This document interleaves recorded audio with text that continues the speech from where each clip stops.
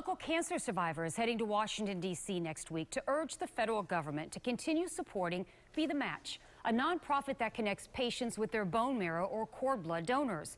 We're taking action for your health with how she's using her personal story to help others right here at home and now around our country and maybe even the world. Hi, I was calling to check on to see what the status was with your brothers getting their typing completed. Becky Dame works at Moffitt Cancer Center doing what she knows best, talking about cancer and bone marrow transplants.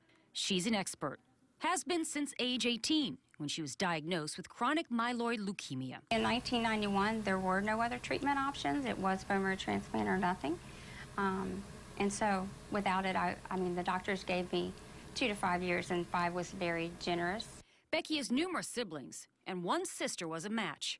The transplant worked for a while, but after her 5th relapse, doctors decided to try a different donor. That's when we went to the National Marrow Donor Program to find a donor for me. And be the match, right? And be the match. How long did it take for you to find a donor? It was pretty quick. Along this 23-year journey, Becky decided to become a nurse, applied at Moffitt, and has been working in the bone marrow section of Moffitt ever since. I believe I'm hope for patients, and I'm actually hope for my coworkers as well, because unfortunately there's still a lot of negative pieces to transplant. I mean, it doesn't work for everyone. But Becky represents success, 2 decades of success.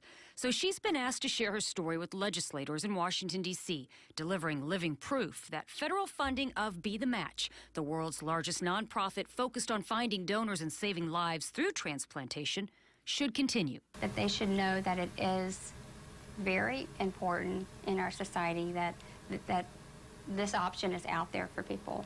Since 1996, Be the Match has facilitated more than 1,500 transplants in Florida. And in 2012, Florida ranked number 5 in the nation for number of patients still searching for a match.